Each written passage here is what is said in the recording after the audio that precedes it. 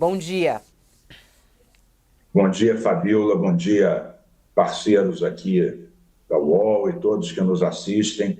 Bom, eu estou acostumado com esse jogo de pressões, né? Eu fui 2 anos ministro, reduzimos a metade do desmatamento da Amazônia, eu criei o Fundo Clima, o Fundo Amazônia, o Brasil foi o primeiro país em desenvolvimento a ter metas.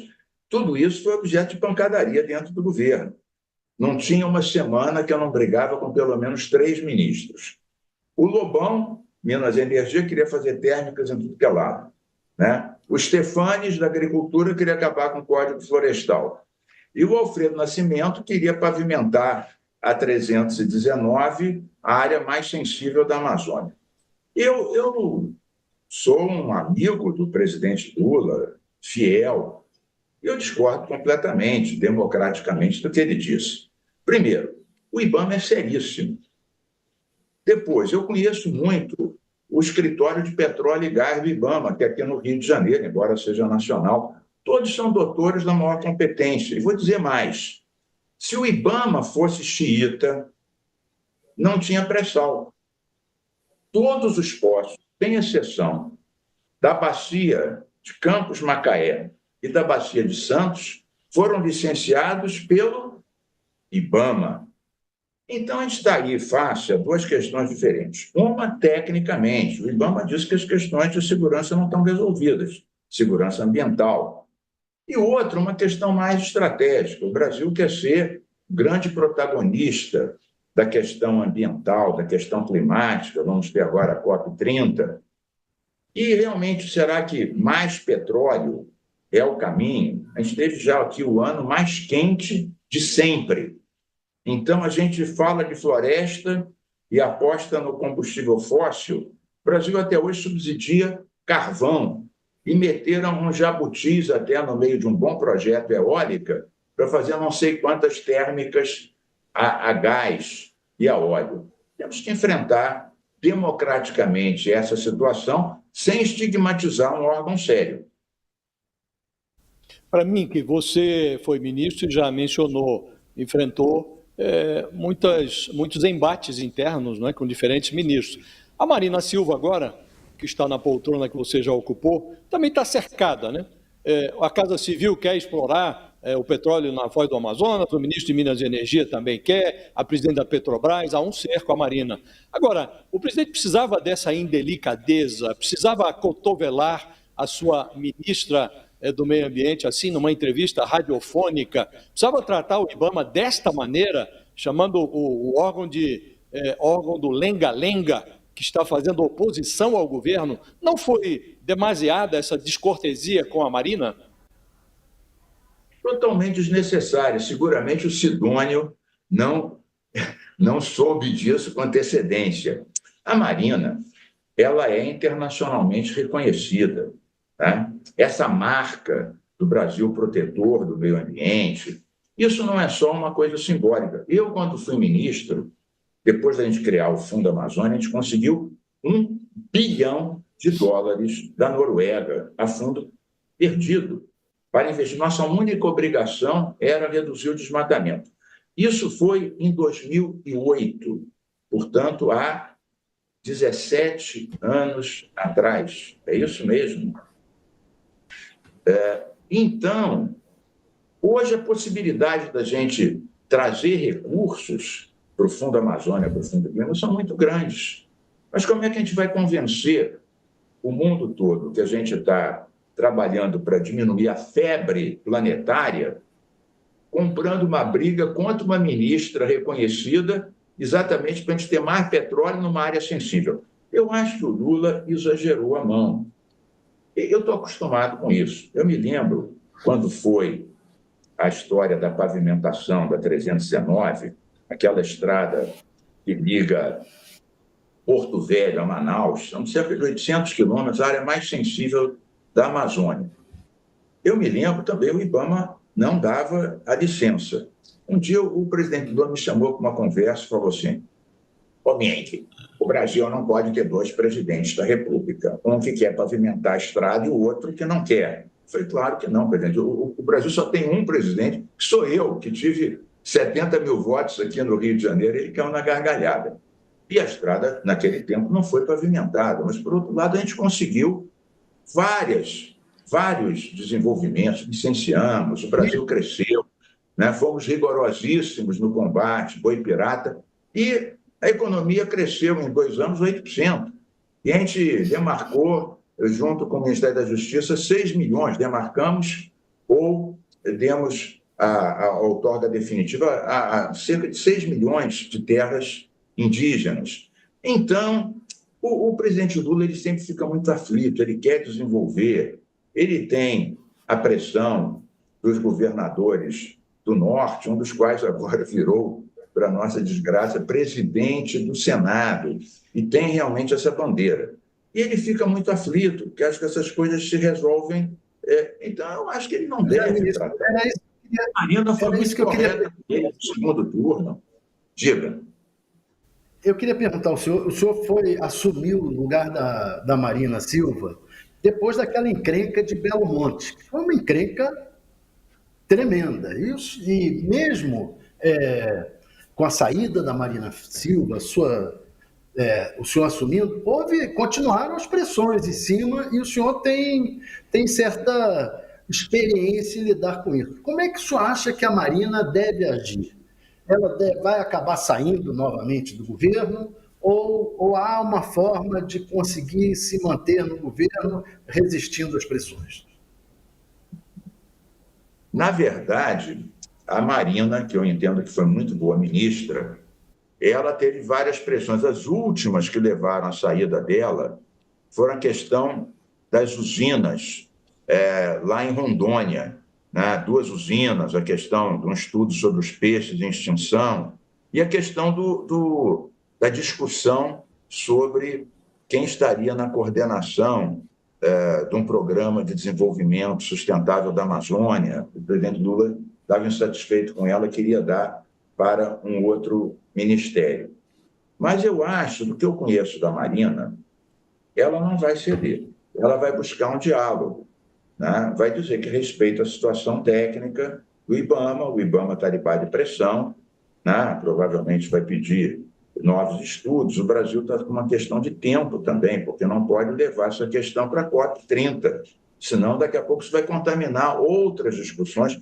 E agora, com a saída dos Estados Unidos, né? Esperada, mas sempre terrível, a COP fica fragilizada e o Brasil vai ter que ter um grande esforço para conseguir, inclusive, recursos para adaptação, né? Adaptação, você tem a mitigação, que é a redução das emissões, e a adaptação, que são recursos para áreas que já serão atingidas pelo mar, pelas inundações, pela seca, para preparar a população para enfrentar mudanças inexoráveis. Então, o recurso na última COP já foi 1/5 do que precisava. E agora, sem os Estados Unidos, pode ser pior. E levar essa discussão até a COP seria muito ruim, né? O nosso embaixador do Lago, que está à frente disso, ele também vê que seria muito trágico que essa discussão dominasse a COP. Para nós seria muito ruim, porque a gente quer valorizar a floresta em pé, né? A captação de carbono, os investimentos, a tecnologia limpa. Então, eu acho, do que eu conheço da Marina, que ela não vai ceder, né? Então, tem que haver uma conversa melhor, né? Outra Ministro, coisa... Ministro. Ela sente risco dela sair, então, do governo? Dela acabar tendo que sair? Ela não vai pedir demissão. Ela não vai pedir demissão.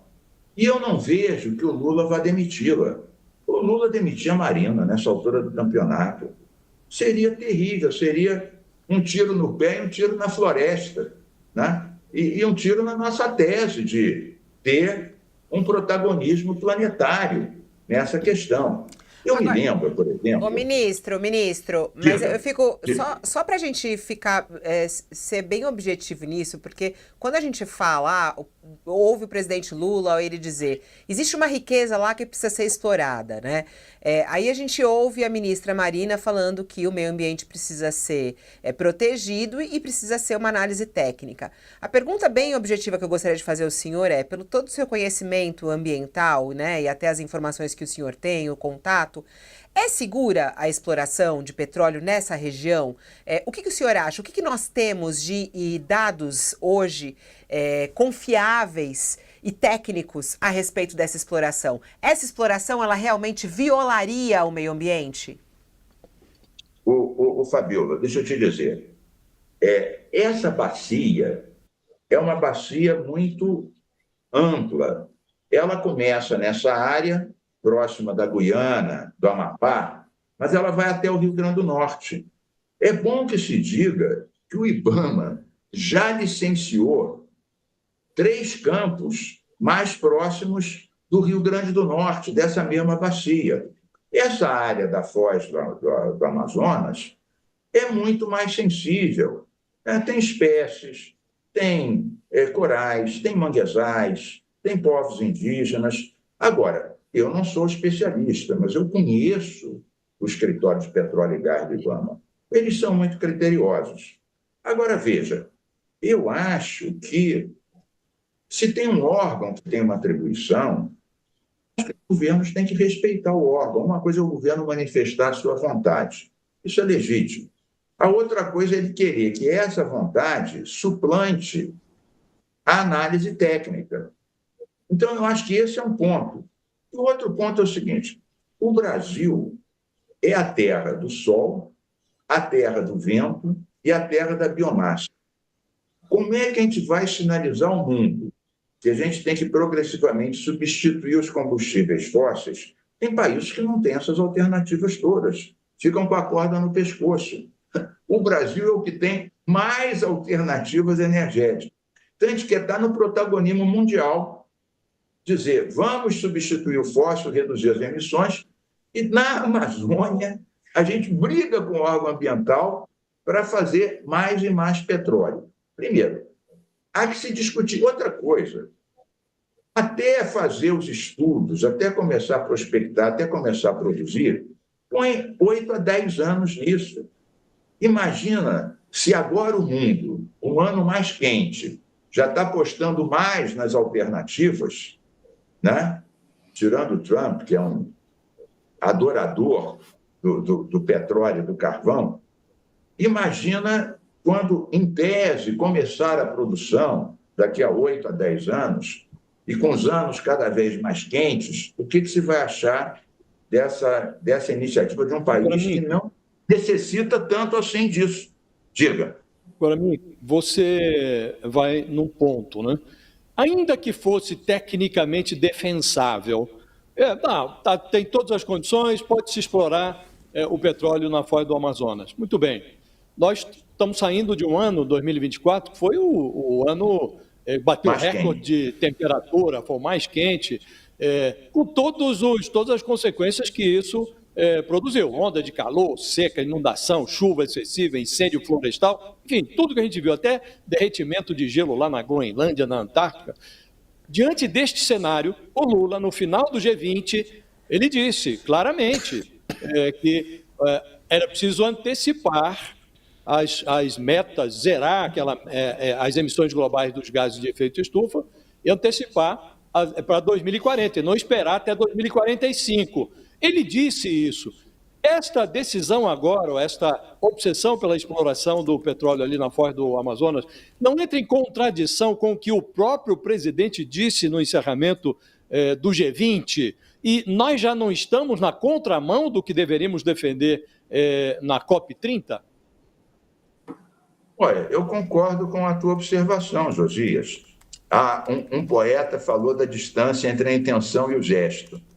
Eu acho que é um caso típico, né? A intenção é defender o planeta e o gesto é um gesto mais olhando no produtivismo e na questão política. Eu quero dizer o seguinte, por exemplo, quando eu era ministro, quando a gente começou a defender que o Brasil tivesse meta de redução das suas emissões, só o Ministério do Meio Ambiente tinha essa posição. Todos os outros eram contra, cada um por uma razão. A gente, pouco a pouco, foi conversando. Primeiro viramos o Ministério de Ciência e Tecnologia, depois a Embrapa, que o Brasil já tinha o plantio direto e várias outras, e assim sucessivamente, até que no fim a gente convenceu a Dilma de que nós poderíamos fazer essa transição tendo metas de redução e isso não afetar nem a siderurgia, nem a energia, ao contrário de países como a China e a Índia, que as emissões dependiam muito do carvão e do óleo. No Brasil, qual era o custo econômico de reduzir o desmatamento ilegal? Zero. Zero. Então, o mais difícil de convencer foi o Celso Amorim, que era o nosso chanceler, porque ele tinha uma relação estratégica com o grupo dos 77, que na verdade eram 124 países, que tinham aquela tese, que é válida, da responsabilidade histórica. Ou seja, os países mais ricos, que emitem mais há mais tempo, têm uma responsabilidade muito maior, eles é que devem reduzir. Isso é verdade. Mas naquela época, e hoje ainda, dos 5 maiores emissores, 4 eram em desenvolvimento. Então, eu defendi a seguinte tese: se a gente se abraça exclusivamente à tese da responsabilidade histórica, a gente vai ter que ir para outro planeta, porque 4 dos 5 maiores emissores estão em desenvolvimento, eles não vão ter tese nenhuma. Então, eu conversei com os ministros de meio ambiente da China, da Índia, da África do Sul, e falei, olha, o Brasil vai avançar, mas isso não significa que a gente está voltando atrás, não. A gente vai cobrar deles mais recursos, mais tecnologia, mais esforço da redução. Mas nós também vamos fazer a nossa parte. Finalmente, quando o Lula concordou com isso, e nós aprovamos a lei, e fomos o primeiro país em desenvolvimento a ter metas de redução, nós fomos para Copenhague e lá o Lula brilhou, foi aclamado. A gente tinha reduzido o desmatamento a metade e o Brasil foi o primeiro país a ter metas. Aí o presidente Lula vira para mim e fala, ô Mink, você tinha razão. Isso dá um reconhecimento mundial. Claro, ficou contente da vida. Todo mundo gosta de ser aclamado, né? Agora, eu acho que tenha setores, e a gente sempre tem que conviver com essas contradições. É normal isso. É normal. Um governo de coalizão, todas as lutas sociais, econômicas, ecológicas, isso vai para dentro do governo. E continua tendo no governo os debates que tem na sociedade. Isso é normal. Agora, o Lula realmente tratar a Marina dessa forma, ele se equivocou. Ele se equivocou porque ela é um símbolo muito grande e ela está defendendo uma solução técnica. Eu acho que ele vai ter que quebrar essa conversa, porque isso não ajuda, inclusive, a popularidade.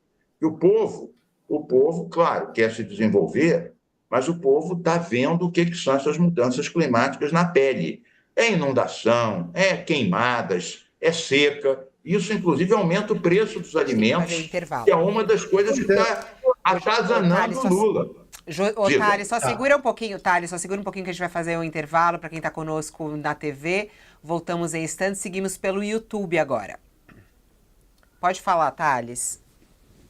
Pois é, ministro. O senhor disse com muita segurança que a ministra Marina não vai pedir demissão. Eu queria saber do senhor, com base em que o senhor chegou a essa conclusão? Olha, eu converso com a Marina um pouco, converso muito com o Capobianco, que é meu companheiro. Quando eu fui ministro, eu herdei metade dos assessores da Marina e continuei todos os projetos dela. Claro, inovei também. Fizemos a moratória da soja, fui para a questão da Mata Atlântica, fui para outros temas, mas não abri mão de nenhum dos temas dela. A Marina é muito firme e ela não vai, ela tem uma história no Brasil e tem uma história no mundo. Ela, não vejo que vai abandonar nessa altura do campeonato o barco, a não ser que o presidente Lula tomasse posições assim, além de uma palavra, ela está acostumada com isso, eu também estou, que ele tomasse posições, tipo tirar alguma atribuição do órgão, tirar algum recurso, uma coisa assim muito forte, talvez ela mudasse. Não vejo que a véspera da COP, que ela foi uma das que está rodando o mundo para preparar, eu não vejo que ela vá largar o barco por pressão. Quem senta nessa cadeira tem que estar acostumada com pressão. Essa, por exemplo, foi descabida e foi deselegante. Mas faz parte. Em outros momentos, o Lula também elogiou muito a Marina. Né? Nos encontros internacionais, ele leva a Marina debaixo do braço, a tiracolo, e exibe ela como um troféu ambiental. Ele não pode tratar tão mal assim um troféu planetário. O Thales queria saber se a fonte dele era quente, né? E ele falou, eu venho falando com a Marina. Então, quer dizer, é fonte quente aí dele, de que a Marina não vai pedir para sair. Mas vamos ver até quando ela aguenta também. Fabiola, eu digo que ela não vai pedir só por essa fala dele. Sim. Se tiver outros gestos piores, administrativos, econômicos, aí eu já não sei. Mas só por essa fala, não. Sim. Estamos aqui conversando com o deputado Carlos Mink, ex-ministro do governo Lula do Meio Ambiente, falando sobre esse ponto polêmico, difícil agora, entre IBAMA e governo federal, e respondendo aí às críticas do presidente Lula ao IBAMA. Ministro, muito obrigada por estar aqui conosco hoje. Um bom dia ao senhor. Saudações biodiversas e planetárias a todos vocês. Muito bom, adorei. Salvações biodiversas, muito bom. Carlos Mink conosco ao vivo. Bom, a gente segue acompanhando todo esse